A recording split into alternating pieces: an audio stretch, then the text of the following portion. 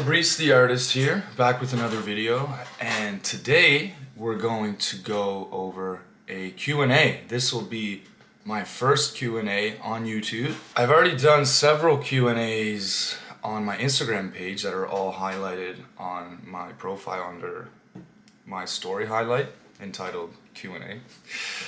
Anyway, I figured I would go through some of these today so that for all of you guys that are too lazy to read some of these well thought out answers that I've made, well, hey, you can just watch along on this video now, can't you?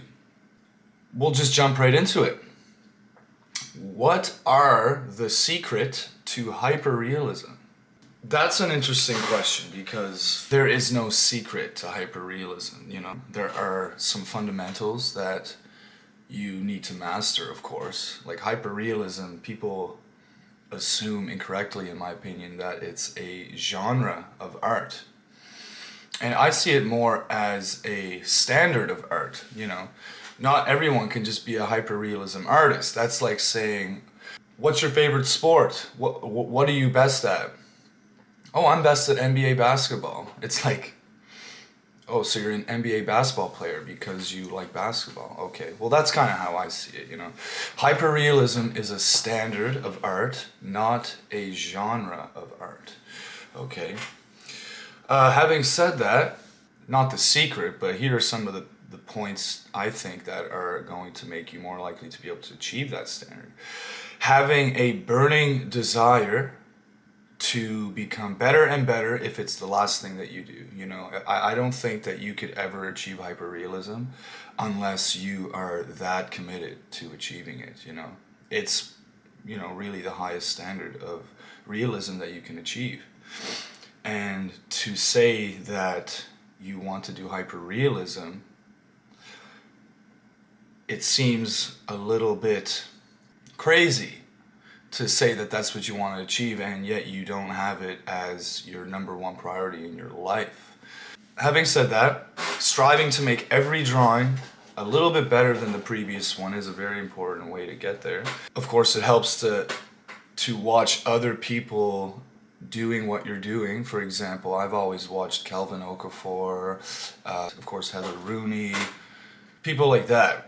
I haven't really had too many influences in terms of that, but there's been a few that have been very strong. So watching people that you consider to be much better than you, soaking up what they're doing, and trying to at least borrow something from the best to apply to your own work. Don't quit your drawings too soon, okay? So this is something that holds people back all the time. They get frustrated with a drawing and assume that it's not going anywhere, and then they quit and they'll start something new. So they're always hopping between drawings. In the lifting community, you know, the powerlifting community, we refer to this as program hopping. You know, people get bored of a program and then they quit and they hop on a new program as if it's the next best thing. And they end up getting no results because they're hopping between program and program, not allowing anything to actually work. So it's the same with drawing. You need to commit to finishing a piece, you know, unless you absolutely ruined it. And even at that, you can still salvage it. Like, look what I did with Rihanna. I ruined the paper and still found a way to make it work. So don't quit on your drawings. Being frustrated is not a good reason to give up on a drawing, okay? And that ties into what I just said. Another important point is, I think, to put the craft above all else, you know, above how you feel that day, above your emotions, above your frustration with your drawing.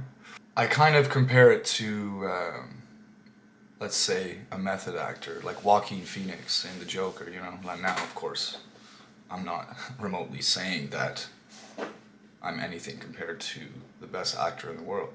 But just think of what he did, you know, when he was asked to lose 60 pounds in God knows how little time. Easy, who cares? An apple a day and 2 packs of cigarettes a day and an apple a day. Starvation diet. That must have been hell, but you know what? It was nothing compared to The craft was more important than his suffering, you know? So that's how I feel about that. A big thing that I see in the art community is people are, and the lifting community and the, you know, there's a lot of parallels between, you know, the lifting community and the drawing community. And one of them is people always make excuses for themselves. Like, oh, I'm self-taught, or I don't have the time or the money. I'm self-taught and drawing is cheap. I drew for 10 years just with basic pencils and a kneaded eraser and cheap drawing pad. So I call bullshit on that. And it's important to practice every single day. Every single day.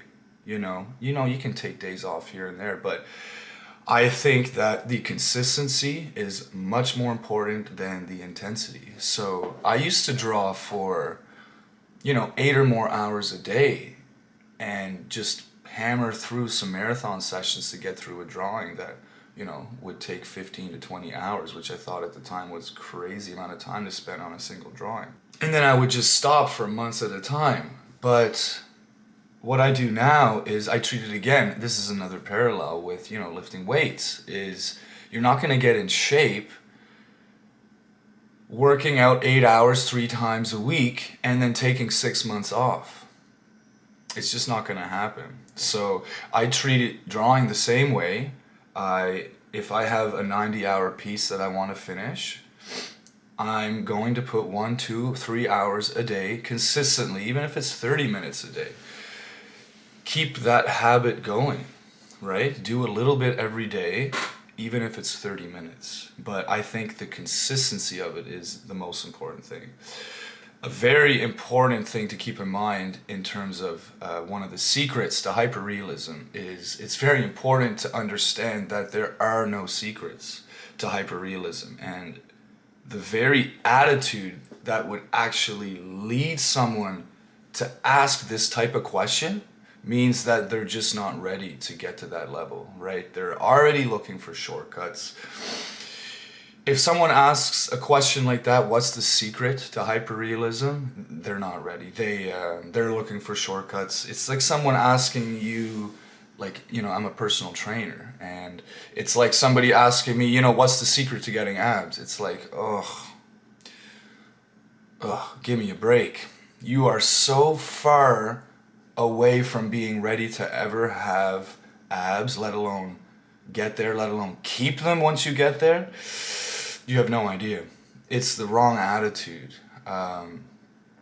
So there. And then finally, the final secret to hyperrealism is follow these steps that I just talked about for 10 plus years and don't quit. And stop making excuses for yourself. Like, everyone and their dog wants to be a hyperrealism artist, yet it's like Ronnie Coleman says, again, another lifting parallel. Everybody want to be a bodybuilder. Nobody want to lift no heavy ass weight. Everyone wants to be a hyperrealism artist. Nobody wants to be consistent. Nobody wants to put their head down and work for 10 plus years to get there. Like, are you serious? I've been drawing for 20 years now, and I feel like I've only just entered into the realm of hyperrealism this year. You know, I've got over 10,000 hours, probably 15,000 hours of drawing under my belt, and I only just am entering the realm of hyperrealism. Like, anyway, that's that one. This is a good question. How can you grow your Instagram page as an artist? Okay, so I think first and foremost, it's very important to be posting consistently. Like, you know, if you're posting once a month, like, I can promise you that you won't grow a following. It's also very important, especially if you're an early beginner artist. I mean, by the sounds of this, you would be, because you wouldn't be asking how to grow an Instagram as an artist, unless you're just this advanced elite artist that just discovered social media for some reason. It's very important to demonstrate that you're committed to improving your craft, right? So people love to see that when you post a drawing that it is a little bit better than the one before it, you know? They like to see, wow, this one's looking a lot better than a few months ago or last year, you know? People want to follow along and see your success and your improvement. Focus on improving your skill set and post consistently, and the followers should eventually come. Now, posting consistently is also very important too, because if it's more opportunity for the algorithm to identify your post as a successful post, and it will pump it into the explore page more often. If you post once per week or once per month, those posts could still end up on the explore page, but if you're posting every other day, every day, there's more chance that some of those are going to get picked up by the algorithm.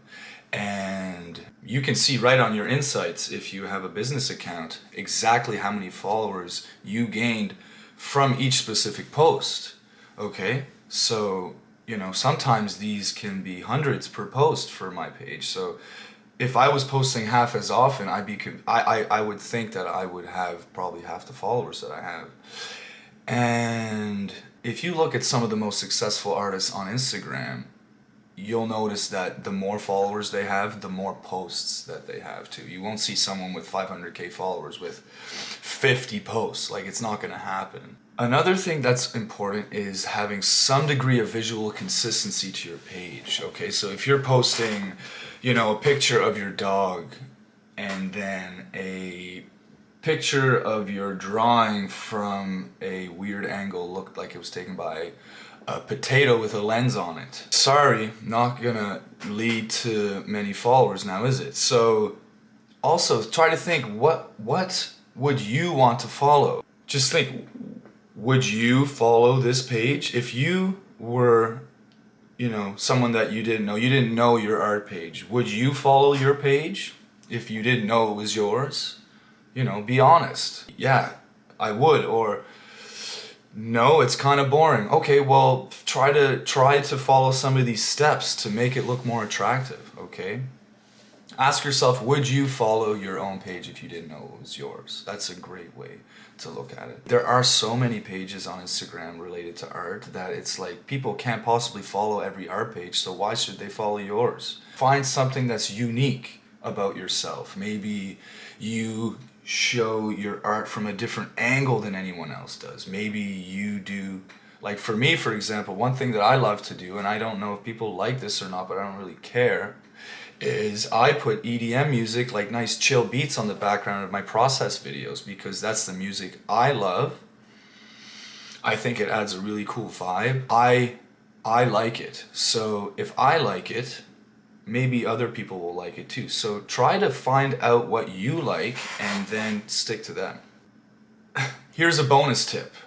Do not message people in the DMs asking them to follow you. Like, I hate this. If any one of you guys DM me asking me to follow you back or share your work, or I'm not going to do it just by virtue of the fact that you asked me to, I'm definitely not going to do it. The only way I'm ever going to share your work on my story on Instagram is if I love it. If you ask me, done. Not going to happen. And I feel like it's the same with other artists too, you know, especially big artists, you know, like recently Kelvin Okafor just put my Mike Tyson post on his story, because he genuinely must have loved it. How do you think that would have gone if I would have DM'd him saying, hey man, you know, love your work, can you share my drawing on your story? It'd be like, ugh, another one of these guys. Ugh, no thanks. Anyway, there are some tips to growing your Instagram art page. Here's another one. How do you create charcoal powder? This one's very simple. I buy 6B General's compressed charcoal sticks, and I file them down with a nail filer. and just even something very simple like this. You just file it down and you put it on a piece of paper, and it turns the charcoal stick into a fine powder that you can later dip in with a brush and almost dry paint with it, or add light layers of charcoal to the paper. The best paper to use, okay, this depends on the type of drawings that you're doing. If you're doing colored pencil drawings, I believe that smooth paper is probably the way to go. I see a lot of high-level artists using smooth paper for charcoal and graphite drawings, but I've tried this and I absolutely hate it. It sucks. I never recommend doing that, even though I see high-level artists doing this with much success, but I've had no success with it. Well, that's not true. I drew Joaquin Phoenix on smooth paper, but it was at least 10 times harder to make it look good. For instance, the charcoal powder that I just talked about doesn't stick to the page if you use smooth paper. You need to have a little bit of texture to have it pick up the charcoal powder, not have it just slide off the page as you're brushing it on. It's almost too slippery to do anything with. Now, I don't use heavily textured paper because there's a fine line between wanting to have a little bit of texture, to have some friction, to actually pull the graphite off the pencil and the charcoal pencil, and having the charcoal powder actually stick to the page. There's a fine line between that and having too much grain to the point where it actually affects the look of your drawing. So I like to use, I'm currently using fine textured vellum paper by Canson, and it's not smooth paper. It looks smooth, but it doesn't perform as a smooth paper. That's the best way to put it. How many hours do you draw every day? About 2 hours a day on average. How long have you started drawing? Now,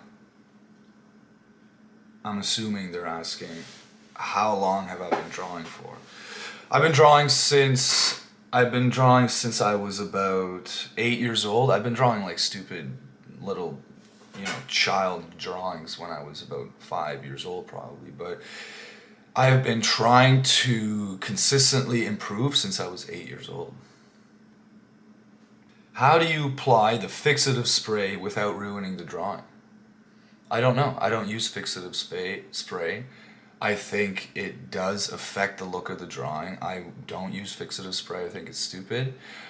Well, I don't think it's stupid. I think it's stupid for my drawings. I've tried it once and it completely changed the look of the drawing. And why would I spray it if I can put it in a protective clear sleeve and run no risk of ruining 90 hours worth of drawing by spraying it with something? How do you deal with the reflections of graphite?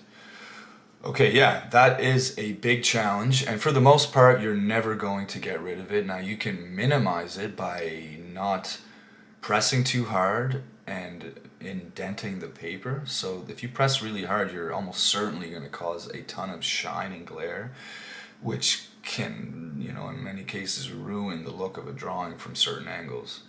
I would recommend adding multiple layers. Be very gentle. Add multiple layers from different directions, and this can sort of build up some of those graphite layers in a less unified manner. Light will bounce in different directions when it hits the paper, and it will appear less shiny, but in my experience, you're not ever really going to completely get rid of the shine, which is why I like to use charcoal whenever I can, and then I use graphite more for details and making lines and stuff like that, where a little bit of shine is not going to make a big deal.